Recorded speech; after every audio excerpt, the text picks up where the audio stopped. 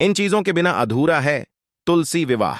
जानिए संपूर्ण पूजन सामग्री और विधि। और तुलसी विवाह के दिन इस कथा का पाठ करने से वैवाहिक जीवन होता है सुखमय। आगे देखते हैं। और 2023 तुलसी विवाह पर बन रहे हैं 3 शुभ संयोग। इन सरल उपायों से वैवाहिक जीवन में आएंगी खुशियां।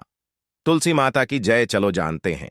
तुलसी विवाह के लिए पूजन सामग्री: तुलसी का पौधा, भगवान विष्णु की प्रतिमा, चौकी, गन्ना, मूली, आंवला, बेर, शकरकम, सिंघाड़ा, सीताफल, अमरूद सहित अन्य मौसमी फल, धूप, दीपक, वस्त्र, फूल और माला। सुहाग का सामान: सुहाग का प्रतीक लाल चुनरी, साड़ी, हल्दी और अन्य सामान की जरूरत होता है। तुलसी विवाह की पूजा विधि: तुलसी विवाह वाले दिन लकड़ी की एक साफ चौकी पर आसन बिछाएं। जिस गमले में तुलसी का पौधा लगा हो उसे गेरू से रंग दें और चौकी के ऊपर तुलसी जी को स्थापित करें। दूसरी चौकी पर भी आसन बिछाएं और उस पर शालिग्राम को स्थापित करें। दोनों चौकियों के ऊपर गन्ने से मंडप सजाएं। अब एक कलश में जल भर कर रखें और उसमें 5 या फिर 7 आम के पत्ते लगाकर पूजा स्थल पर स्थापित करें। शालिग्राम। अब जानते हैं कि कब है तुलसी विवाह सही मुहूर्त। तुलसी विवाह का शुभ मुहूर्त: पंचांग के अनुसार इस साल कार्तिक माह शुक्ल पक्ष की द्वादशी तिथि की शुरुआत 23 नवंबर को रात में करीब 9:02 से होगी और 24 नवंबर को शाम 7 बजे तक 05 पर समाप्त होगी। ऐसे में उदया तिथि के अनुसार 24 नवंबर को तुलसी विवाह मनाया जाएगा। कहीं कहीं 23 तारीख को ही मनाएंगे। अब जानते हैं कि तुलसी विवाह का शुभ समय। तुलसी विवाह का आयोजन प्रदोष काल में किया जाता है। इस तुलसी विवाह के दिन प्रदोष काल का आरंभ शाम को 5:25 से हो रहा है। तुलसी विवाह पर बन रहे हैं शुभ संयोग: अमृत सिद्धि योगा। तुलसी विवाह के दिन सुबह 6:51 से अमृत सिद्धि योग का निर्माण हो रहा है, जिसकी समाप्ति शाम को करीब 4 बजे होगी। सर्वार्थ सिद्धि योगा: इस साल तुलसी विवाह के मौके पर दिन भर सर्वार्थ सिद्धि योग बन रहा है। इस योग में किए गए धर्म कर्म के कार्य बेहद शुभ माने जाते हैं। सिद्धि योग: साल 2023 में कार्तिक माह की द्वादशी तिथि को सिद्धि योग भी बन रहा है। यह 24 नवंबर को सुबह 9:05 पर समाप्त होगा। हिंदू धर्म में कार्तिक माह की देवउठनी एकादशी को तुलसी विवाह के रूप में मनाने की प्रथा है। इस बार तुलसी जी का विवाह 23 नवंबर को है। इस दिन देवी तुलसी के साथ भगवान विष्णु के विग्रह स्वरूप शालिग्राम जी का विवाह पूरे विधि विधान से किया जाता है। इसी दिन जगत के पालनहार भगवान विष्णु 4 माह की योग निद्रा के बाद जागृत होते हैं। इसलिए इस दिन को देवउठनी एकादशी के नाम से भी जाना जाता है।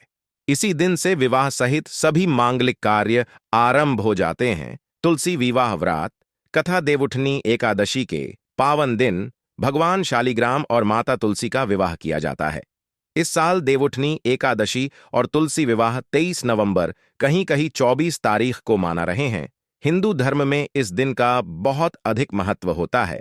धार्मिक मान्यताओं के अनुसार भगवान शालिग्राम और माता तुलसी का विवाह करने से वैवाहिक जीवन सुखमय हो जाता है।